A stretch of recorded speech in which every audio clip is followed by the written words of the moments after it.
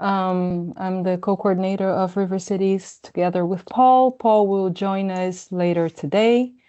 So today we have a presentation for the presentation series. The Latinas are here. So we have the Rio San Pedro team of River Cities Network. They will present their work on San Pedro River Rescue Collective, a grassroots initiative revitalizing Quito's most threatened waterway. I'll give the floor to you, and let's try to keep it on time so we can have fruitful discussion afterwards. So we're really happy to be here today with you today. I'm Lisa Maria Madera. I'm part of the Colectivo Rescate Rio San Pedro. And one of the things that has been so remarkable about our experience is that our experience has started from listening to rivers. And so today we want to begin by listening to rivers. And we're going to just have a brief meditation to open up, and we're going to listen to the rivers. I'm going to guide you through a meditation as we listen to this river. And Nicole, I don't know if we can raise the volume a little bit of the river so we can hear it a little bit more. For sure. We're going to sit here a little bit, and we're going to take in this beautiful river before us. We're going to breathe deeply. And breathe in. And breathe out. And breathe in. And breathe out. And this river is an extraordinarily healthy river. This is a beautiful, healthy river whose waters are biodiverse, whose river shores are clean, whose communities include humans and more than humans who care for this river. And you're going to feel the presence of this river before you. And you're going to greet this river and say hello. Hello, hello, hello. Hello. And as you listen to the river's voice, you're going to feel it calling you to come into their waters. And you're going to ask permission. And you're going to take off your shoes and your socks. And you're going to step into the water, find your footing there among the rocks. Feel the cold water on your feet, your ankles, the delight of that water. You're going to step deeper into the water, a little more. Your feet are steady, finding their rocks. And you see there's a slight pool there that invites you. And you walk further and deeper, and you step into this pool. And you sink your body in. The water goes up from your shins, your knees. You realize you can lay back in the water, and you can just lay back, and suddenly you're lying in this river, and you can feel the river flowing through you. You can hear its voice. You can hear the voice of the birds above you, the voice of the wind in the trees. You're going to lie in this water for a minute, feel it, just that delightful feeling. And breathe in and breathe out. And you're going to find that you want to just let go of all those troubles you're carrying, that worry you have, those concerns, the weight of the world, both your own world and the world outside. You're just going to let it go. Just going to go down with that stream. Maybe you have something that's hurting you or troubling you. You're going to find you're releasing that as well. Maybe there's knots in your body or memories that disturb you. You're going to drop those as well. And suddenly you're lying there in that water, and you can feel as well the rivers of your body encased within your skin. And here you are, a body of water, lying within another body of water. And the rivers of your body are also clean and clear and healthy, just as the rivers of this larger river body are clean and clear and healthy. And you're going to take a big, deep sigh and say, thank you. You're going to listen to the voice of the river. Maybe you have something to say to the river.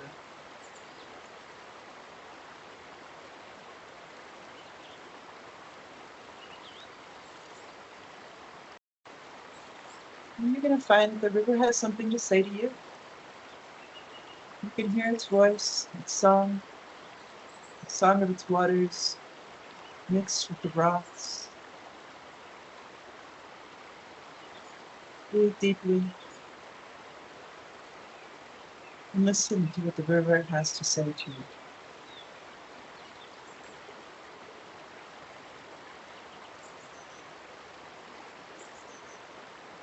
And you take those words and you're going to tuck them in your heart. You're going to cherish them. It may be something that you can act on or carry with you. Now you can feel that your river friends are calling you from the shore, and you have to come out of the river now. You're going to thank the river.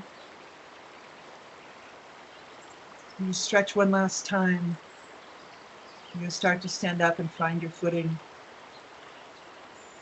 Slowly find your way out of the river, step by step. You're on the shore now. Your feet are on the sand or on the grass. You turn around and look at the river, and you're grateful. You're going to reach out and stretch as high as you can. Stretch as high as you can. And you're going to shake a little bit like a dog. Breathe deep. Remember the words the river has given you. One last breath.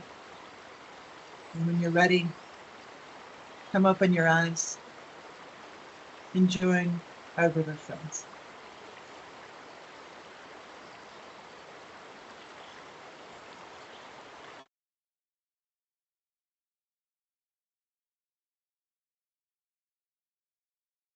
Now, if you want, you could, if the river told you something you want to share, you could put it in the chat. You don't need to.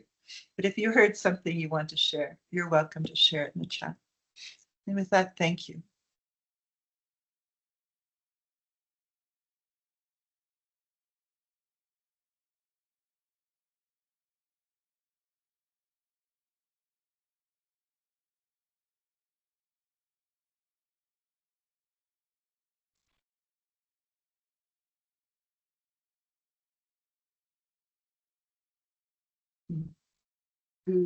Thank you, Lisa Maria, for your introduction. I want to start our presentation.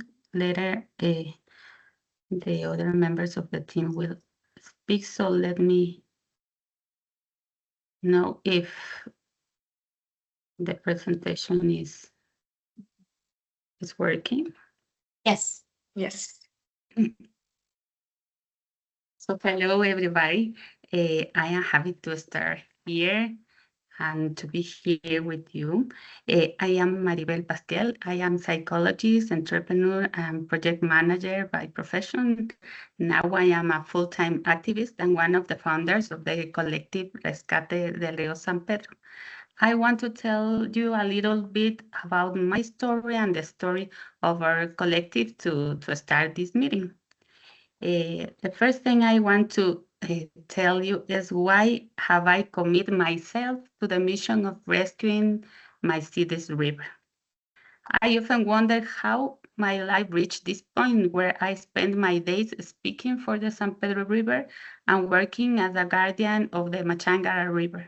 And the truth is, I'm not entirely sure. I guess the river called me.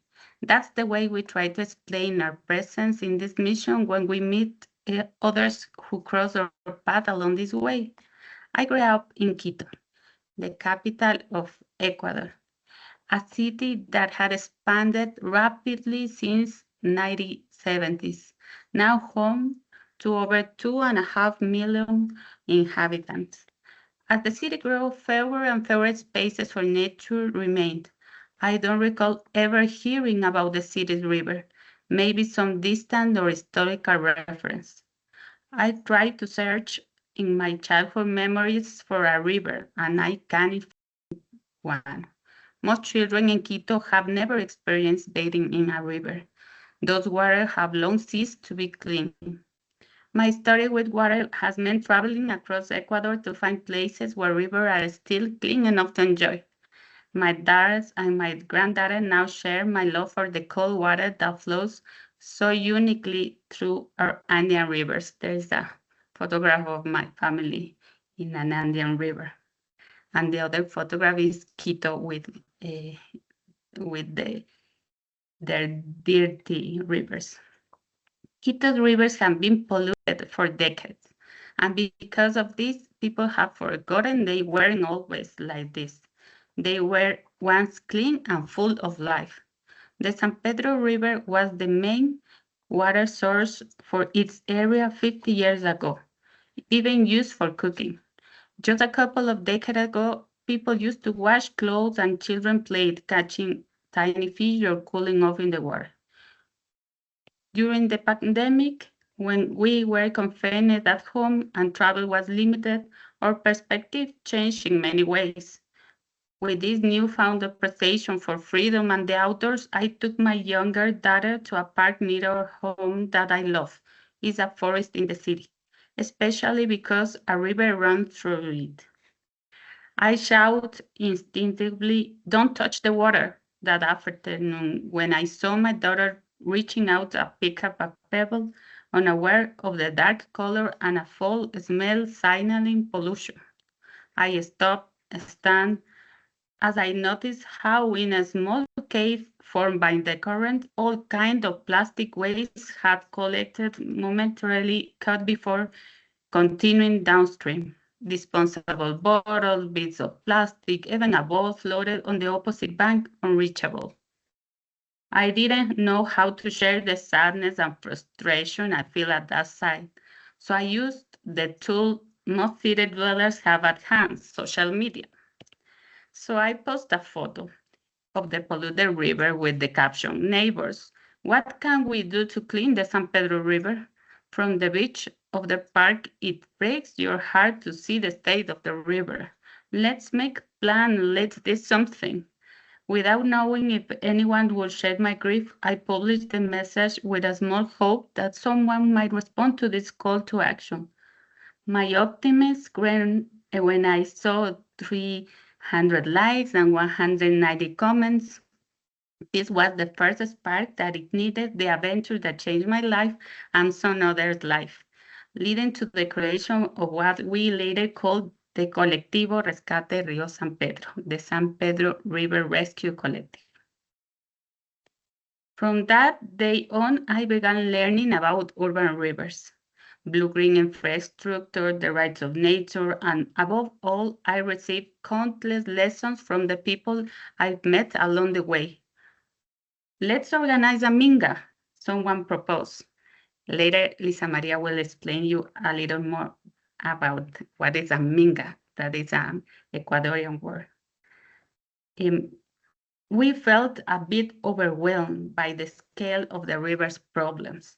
We began discovering information that now seems obvious, but that we have never known. We learned, for example, that in our city, wastewater treatment is extremely limited. Only 3% of sewage is treated, while 97% goes directly from homes and businesses into creeks and rivers. Hearing this is shocking. It's hard to believe that in the nation's capital, treatment levels are so low, and even more surprising that so few citizens are aware of the urgent need to solve this. For decades, rivers hidden deep in canyons have been ignored and used as open sewers. Healing a sick river is a complex task. Urban rivers are piped under avenues, their channels invaded and altered to build homes, and they are used to carry domestic, commercial, and industrial wastewater. This harms the river's function. The biodiversity in their waters and along their ecosystem are also affected, and as the health of people who come into contact with their water. Over the past 4 years, our mingas have become celebration of hope, where strangers become friends as we organize activities raising awareness and promoting connection along the river. At first, our goal was simply to pick up trash from the riverbanks, but these gatherings have evolved into a space of citizen science documenting biodiversity in the river's ecosystem, environmental education, communication, rituals, and more importantly, community building. Thanks to the Mingas, we've drawn the attention of authorities, the media, and the public, who now know the San Pedro River is polluted, but also there is a group of people working to bring the river back to life, with the dream of one day swimming and playing on their shores again. In these last 4 years, we have learned to listen to nature, to which we belong. We are interconnected with all the living beings. We are part of Pachamama. We are part of a living whole, not its owners. This is our story, and now I want to share the goals we've set to achieve our dreams. We have been 4 years in action, and our first goal is to create community. We want to create an eco-conscious and sustainable community that motivates learning and collective work. And we are really proud that we have formed a committed community that has promoted multiple actions. We have supported several kind of action, and the last year we received a recognition by the city of Quito as a 2024 Green Ally. We've inspired thousands of people to reconnect with the river. Over the last 4 years, we have organized over 26 mingas, communal eco-educational art and ritual field in the interdisciplinary river rescue encounters. Our second goal is to know and disseminate. We want to promote knowledge of the river from diverse perspectives and encourage the generation and sharing of information. We are proud to have organized meetings between academy, civil society, and the public sector to discuss the river. We have supported several research projects and recently promoted the creation of the academic network for the rivers of Quito, which includes several universities and researchers. Our third goal is to care and recover. We want to inspire action that restore, protect, and reconnect people with the river and its ecosystem. So we are really proud that we have raised awareness among thousands of people who have come to the river in our 27 mingas. We've collected tons of trash. And our last goal is to guard, to advocate for policies and practice that favors the river.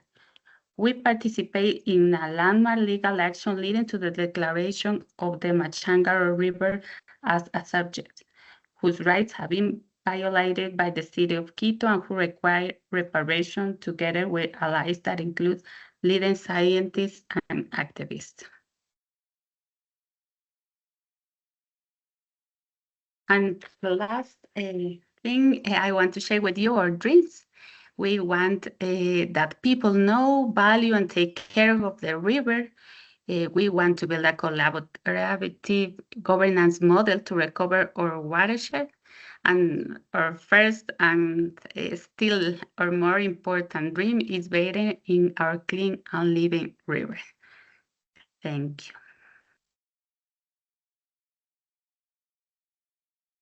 Thanks, Maribel. Now that we've heard the river, now that we've heard the story of Maribel and about how everything started, I'm going to move on to my other colleagues who are going to help us put this a little bit more into context. So I'm going to first hand it over to Tania. And Tania, she's an Ecuadorian architect working in the Netherlands and Ecuador as a researcher, lecturer, and she focuses on urban sustainability.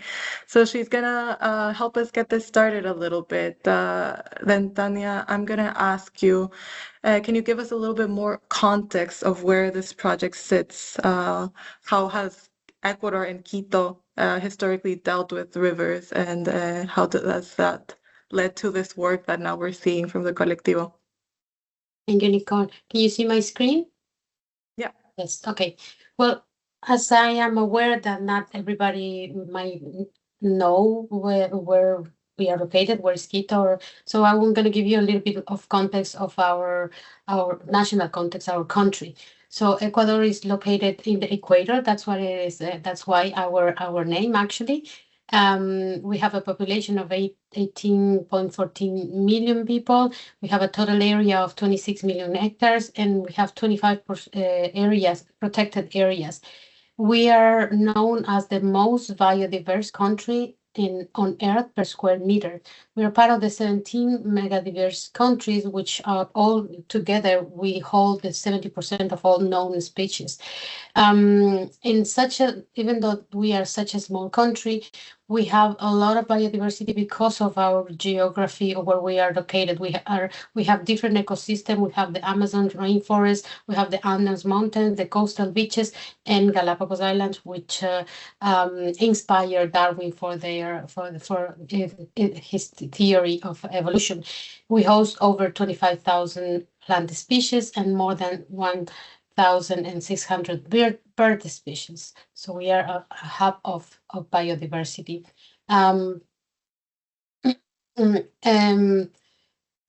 That's the hydrological system. As you can see this in this beautiful map. We are part of this amazing, like a network of rivers that goes all to the Amazonian, and on the other side to the coast of the country. And this is Quito, which, as you can see, this is located in the Andes. So there's a very irregular land setup, let's say. Is the capital of Ecuador. We have a population of 2.2 million in an altitude of 2,800 above the sea level. So it's pretty high. And the characteristics is in the Andes mountains and the complex geography with many valleys, hills, ravines, creeks, etc. As you can see here in this map, you can see how this is the urban, the white here is the urban sprawl. So you can see how the rivers, all the rivers and some of the quebradas or the ravines were cut for the urban development. So the urban morphology that we have until now, and is still as a result of that, is because of the colonial grid system that was imposed rigidly as in the European style layout. And it was not adapted to the mountains, to the hills, and to the natural environment. As the city expanded, we kept having that, not until 2012 that the municipality came up with this normative of to preserve the quebradas, but not before that. We use the quebradas and the rivers as trash spaces. So with that, we disrupted the hydrological balance and increasing the risk of flooding, erosion, and landslides, which is a big problem in our country. What challenges we have? Well, as Maribel said before, the 97% of the water, only 3% of the wastewater is treated. We have several challenges, environmental challenges, as I said before, improper wastewater disposal and litter disposal. We have treated like that to our rivers. And obviously with that, with this contamination, we have lost a lot of biodiversity. We have a lot of challenges, political challenges, instability and corruption. We are just now going through a lot of troubles because of that. In the country, we have lack of funding, lack of support, and siloed mentality and bureaucracy, and a weak governance. And social challenges, we have a disproportionately affected vulnerable communities. We have unjust provision of resources, social inequity, and lack of awareness.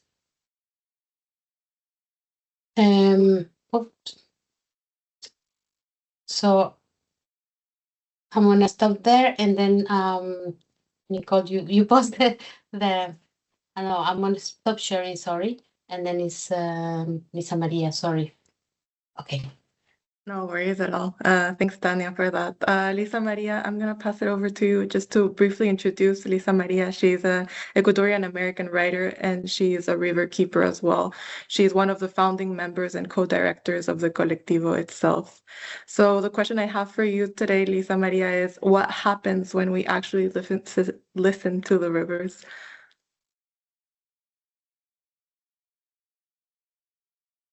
You're on mute.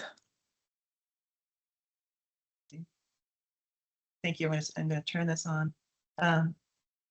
This has been an experience, right? Our experience of listening to rivers. And what we've seen, can you all see my screen? Can you see it? Yes. Yes, okay.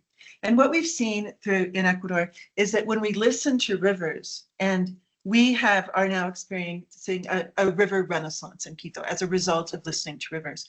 And so I want to talk a little bit right now about rivers' rights, both our legal rights and the rights, ceremonial rights, and restoration, what we've seen in Ecuador. This is our Rio San Pedro, and it is a living river. We understand in Ecuador that this is a living river, a living being. This is Quito in the 1965. You can see what it looked like. You know, this was the year I was born. And through these times, obviously it's been, as Tanya mentioned, we've had this rapid growth in our cities. And in that rapid growth, we've had this disconnection with our rivers. Here you can see the urban sprawl that Tanya mentioned. And the way that this affects our rivers is that it disrupts our relationship with our rivers. And our relationship with our rivers, which is once a time, as Maribel said, when we could bathe in our rivers, when the rivers were clean, as the rivers we encountered earlier in our connection. Now our relationship to a river is a toxic relationship. It's a relationship where we poison the river, and the river in turn poisons us. We are cut off, our connections with the rivers have been cut off because of our disregard, because we have no longer understand that the river is a living being like us, and we have responsibilities to care for us, for the river. Waters run through us. We know this, right? The rivers inside our bodies are deeply connected to the rivers outside of our bodies. We are one interconnected beings, sort of systems of rivers. These are sacred rivers, and we understand them. In Ecuador, we understand that because the rivers are sacred, because they're living beings, our rivers have rights. Ecuador was the first in the world to declare the rights of nature in our constitution in 2008. And Ecuador's constitution in 2008 reflected an Andean and an Amazonian cosmology where we understand that we are part of this living world, that we are part of Pachamama, Mother Earth. And through that, in 2008, this is the time of the Monte Cristi, our leaders came together and they wrote a very, very powerful constitution, which became a leader on the world stage in defending the rights of nature. And at the core of this idea is this idea that we are here to live in harmony with nature. Sumak kausai. Sumak kausai means good living, beautiful, harmonious living with the earth. And this is what human beings are here to do, to co-care for the earth and the earth to co-care for us. So Sumak kausai lies at the root of this constitution. And one of the things that the constitution tells us at the very beginning is that nature is a subject of the rights recognized in the constitution. Nature is a subject. This changes the grammar of our relationship to the world. Nature is not an object which we abuse, which we consume, which we can use at our pleasure, or even a resource. Nature is a living being, a subject of rights. And this changes the grammar of our relationship with the living world. On top of that, in Article 14, the Constitution recognizes the right of the people to live in a healthy and ecologically balanced environment that guarantees sustainability and a good life. Sumak kausai. This is that idea that good living, living well in harmony and beauty with nature. In the 7th chapter of the Constitution, it starts focusing in on four very specific rights of nature. So 4 articles. We sort of activate 2 of them in our work with the Colectivo. The first is the Article 71, that nature, or Pachamama, our Mother Earth, where life is reproduced and realized, must be respected for their inherent right to existence, including the maintenance and regeneration of their life cycles, their structures, their functions, and I love this one, their evolving processes. This is nature's right to evolve. So this is so important. This centers our view that nature is a living being with the right to be respected. On top of that, nature has the right to restoration. And this includes not only the state's responsibility to restore nature, but also it includes as well the state's responsibility to indemnify people who are damaging nature in a certain kind of way. And there's just to go back there, there's two more. One is that Article 73 talks more about the responsibilities of the state to restore nature, and Article 74 talks about how nature has the right to not be genetically modified or altered. It has right to its own DNA. But what we found is that, it takes this was in 2008, it takes a while for a constitution to come into being, for the laws to take root in the land. And so what we've seen in Ecuador is really, really interesting. In 2007, right before the Constitution came into being, a suit was filed for the Dulcebamba River because there was a hydroelectric project that changed the course of the river. And in changing the course of the river became confused, and the river started to flow across roads. It damaged towns, and it started to damage the world around, the human world around it. And this was not the river's fault. There was a group of people who filed a case to defend the rights of the river, and this took until 2020 to be resolved. And in the 2020, the court ruled in the river's favor and said that the river's course had been altered, and the damage that it was causing because of its confusion was because of the hydroelectric plant, and that needed to be remedied, and the river needed to be healed. In 2020, then we got a series of lawsuits. There's several different lawsuits that came in, but I want to focus on a couple that are very important. A lawsuit was filed on behalf of the Rio Monjas in Quito in 2020, and the court ruled in the river's favor in January 19, 2022. It took 2 years this time for that case to be resolved. In that, a very, very important thing happened, where there was an Ordenanza Verde Azul, a policy that came into place in our cities, which we had the honor to be part of. Maribel sat in on this construction of this ordinance, which was constructed with as well as environmental leaders in the city. And what this did, it was created a series of this sort of rising support of the rights of nature. On Sunday, August 2023, Ecuador made planetary history. We had a public referendum where we made 2 decisions that were very important and sort of life-changing for our country. One was in our city in Quito, we voted to have Quito without mining. The district of Quito extends to the Choco Andino, which is a UN bioreserve, and it's very, very delicate ecosystem with a lot of biodiversity. And it is at risk of mining. And so as Quito, we were asked as citizens to vote in favor or against protecting Quito's rivers. And 68% of Quiteños voted to protect Quito from mining. So Quito officially has a referendum that protects Quito from mining. And then at the same time, there is a vote nationally that was to protect Yasuni, which is also another important bioreserve that we have. And this protection of Yasuni protected because it's one of the most intensely biodiverse areas of the Amazon. It has the most species of trees per hectare of any place in the world. It also is home to uncontacted peoples in Ecuador. And it's called, Yasuni means holy land in Guarani. And so this is a very sacred space.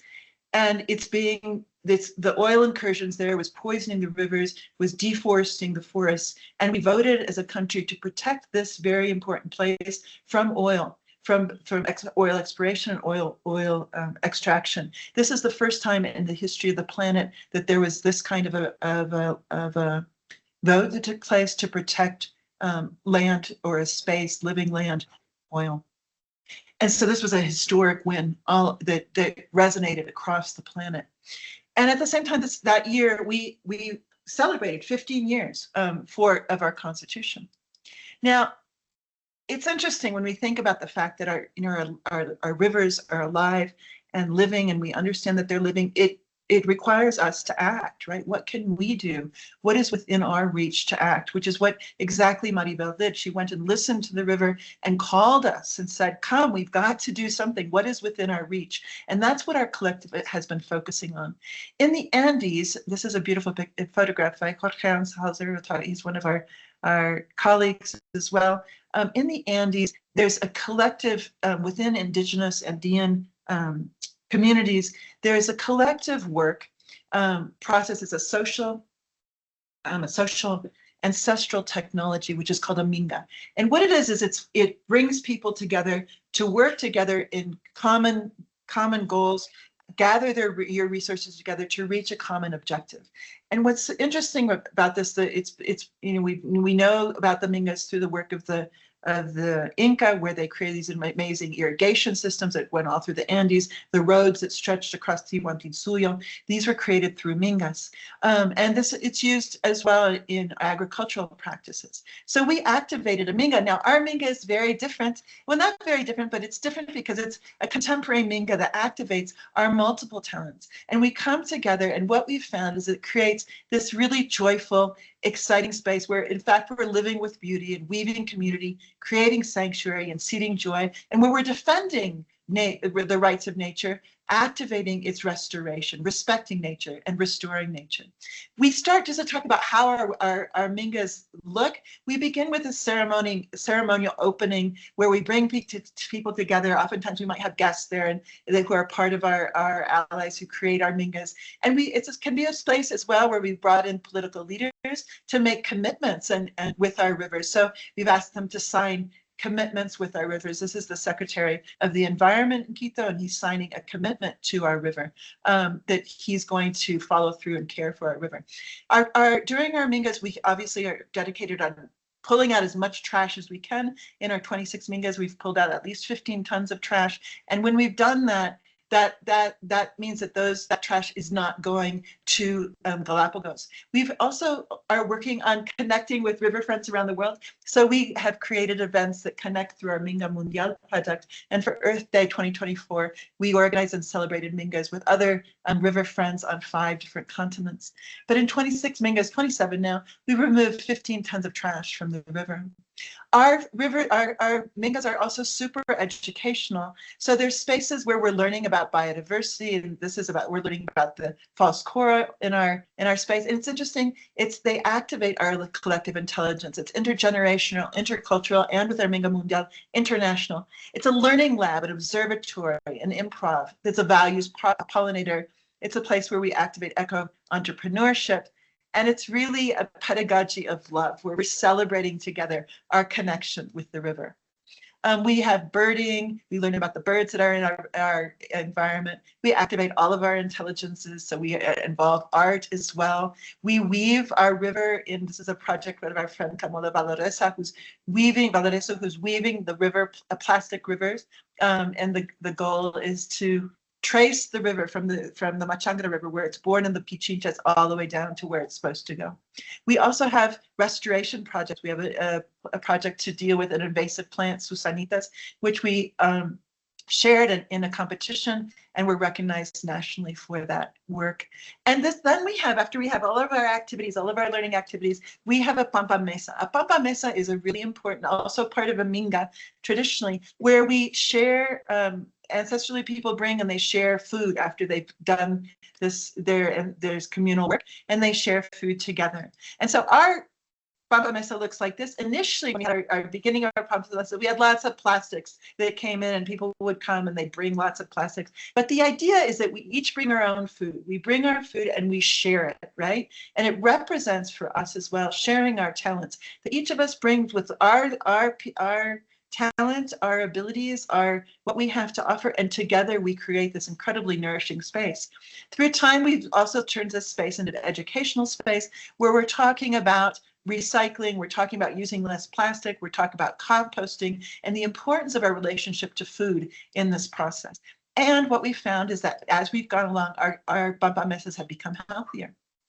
And as well, sometimes our Pampa Mesa looks like this, where we're celebrating our time together.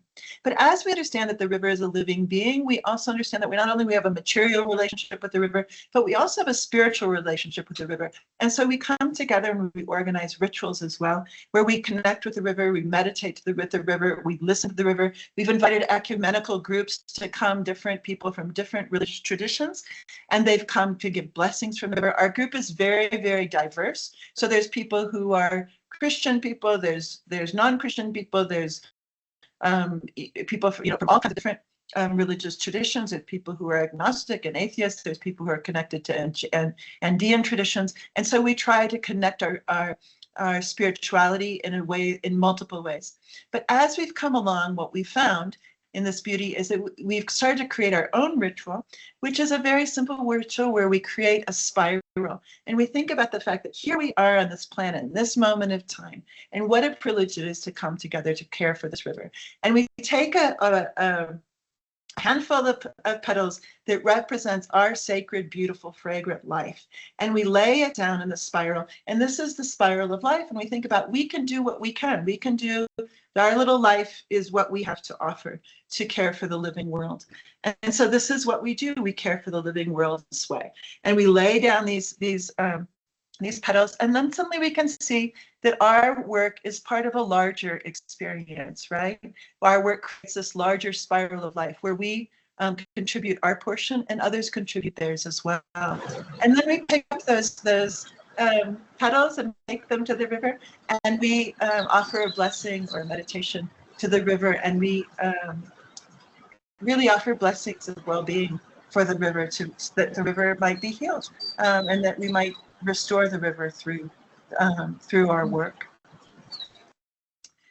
And so when we think about this spiral, we also understand that we have a responsibility. This is the Machangara River. We have a responsibility to act and respond to the living rivers around us.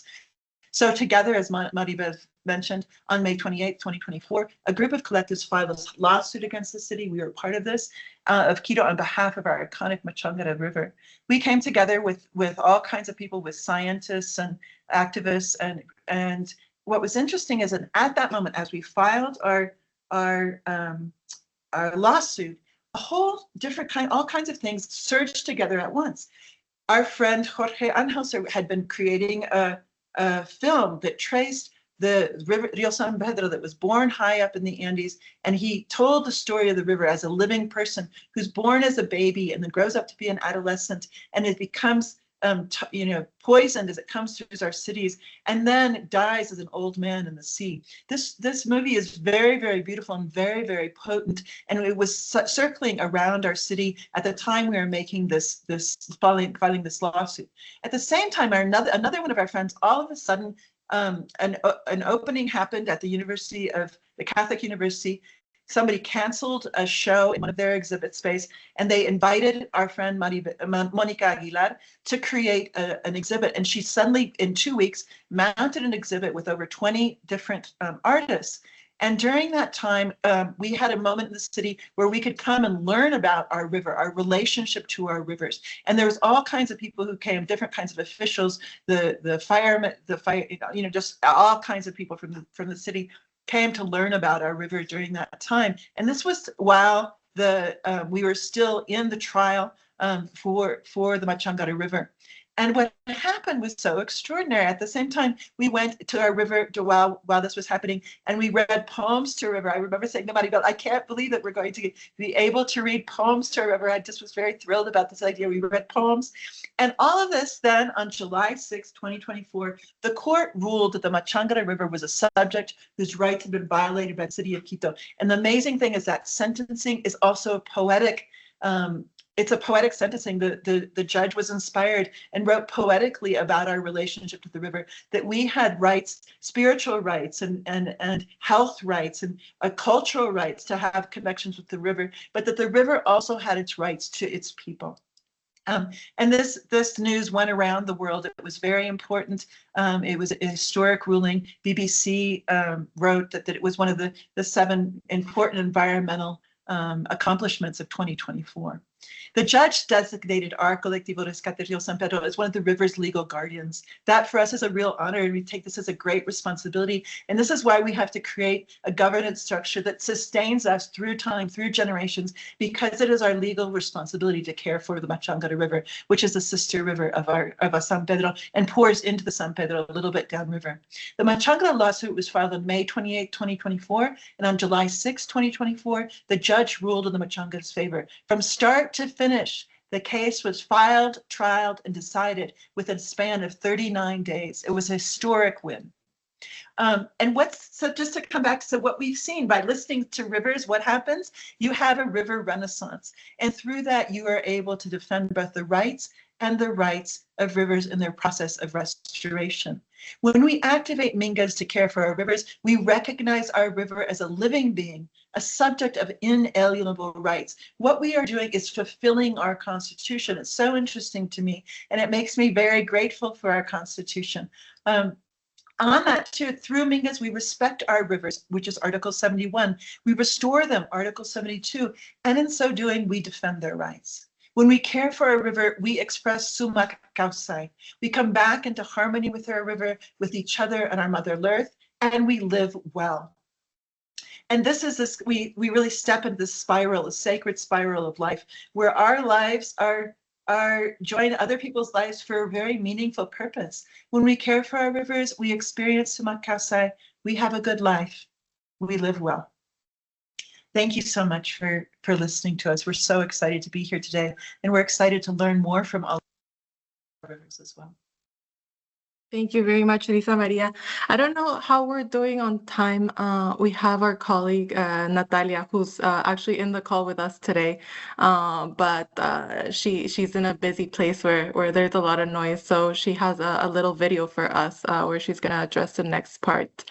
But in any case, I'm just going to quickly introduce Natalia. Natalia, she's an urbanist and researcher, and she studies the role of social value in landscape governance and participatory approaches to urban river relationships. So the question that she's going to help us answer today is, can we build the bond between river, city, and citizenship by valuing its cultural and social meanings? So, yeah. Tanya, you had it up and I think it went away. Thank you for your kind question. I try to answer the question step by step as I go to throw these slides together. Okay, let's start with the idea of the rivers as a landscape. So when we talk about landscape, we are not only talking about what we see. We are talking about a living relationship between people and place. The European Landscape Convention defined landscape as an area as perceived by people whose characters is the result, the action and interaction of naturals and human factors, causing of Europe 2000. So that means that the river, it's not only water, it holds memory, experience, and emotion. It reflects how we, as citizens, connect with our surroundings. The river, in sense, is like a mirror. It shows us but our connection, and some things are distant from nature. It carries water and life, but also stories, meanings, and social practice. It connects natural process with human experience, constantly shaping the identity of the city while respond our actions. In this way, the river becomes a bridge between nature and culture, between ecology and society. Parts of the urban life meet and coexist. In this way, urban rivers also give us something less visible but very important that we call cultural ecosystem service. These are the non-material benefits that nature gives us through beauty, recreation, and belonging. Remind us that the cultural service meets social, spiritual, and recreation needs. When we walk by the river, hear the song of the water, or see coyote nearby, we experience a simple but powerful feeling of well-being.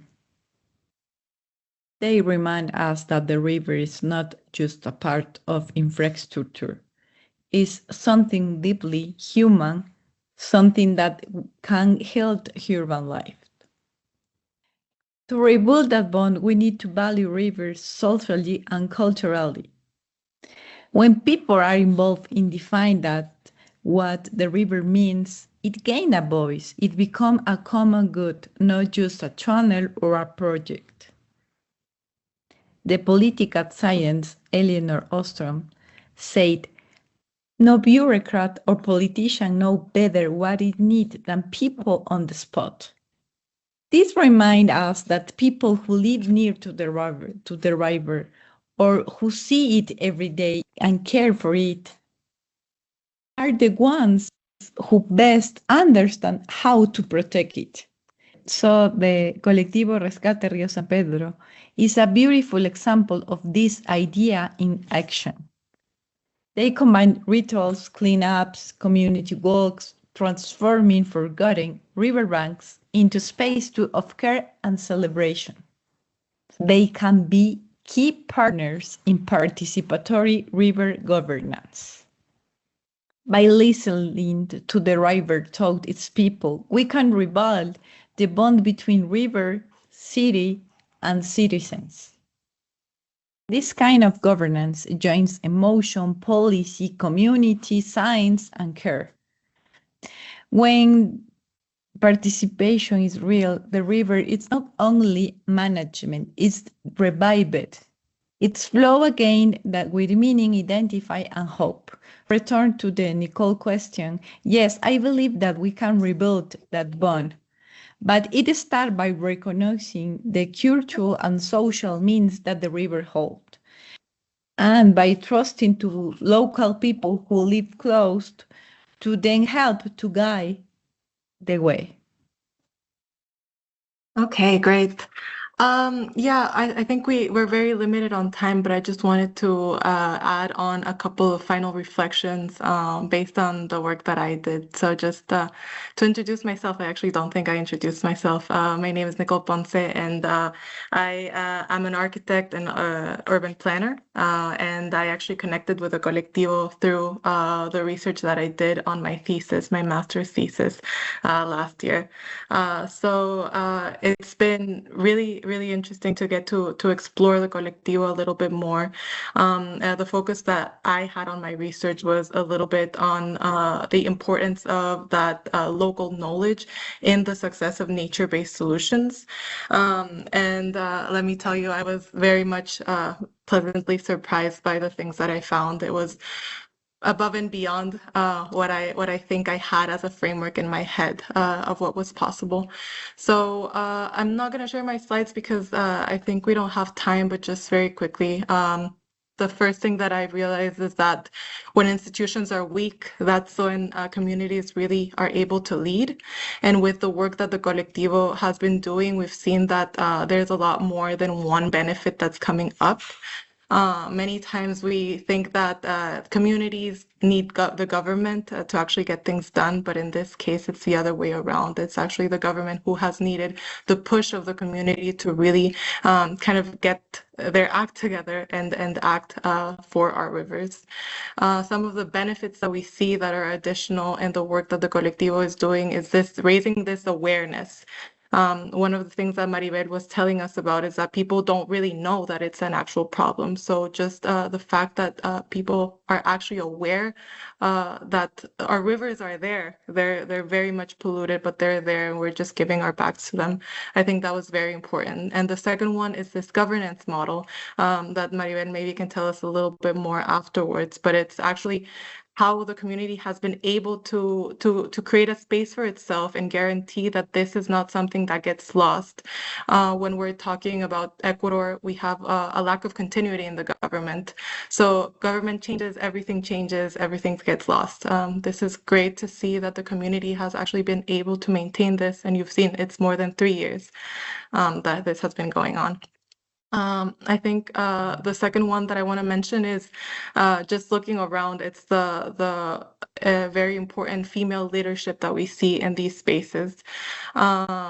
As you can see, all of the people that are with us, they are female, and it has been very interesting because there's a big combination of scientists and community organizers, artists, indigenous leaders, and what results from this is a blend of ancestral knowledge and more of a modern activism.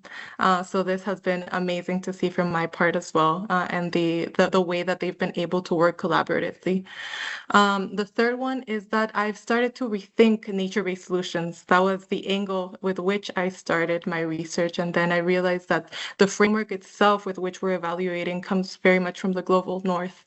And we're forgetting to include this knowledge, this very important knowledge that comes from communities. It's not only about involving communities, which many times ends up being the result. It's that they actually have so much to add and also lead in this conversation. So when we're talking about nature-based solutions, I think there needs to be a broader inclusion of this knowledge and understanding of what knowledge we need to value. And then the final one, and I think the more important one that I found is that the work that they're doing it's not small, it's a paradigm shift.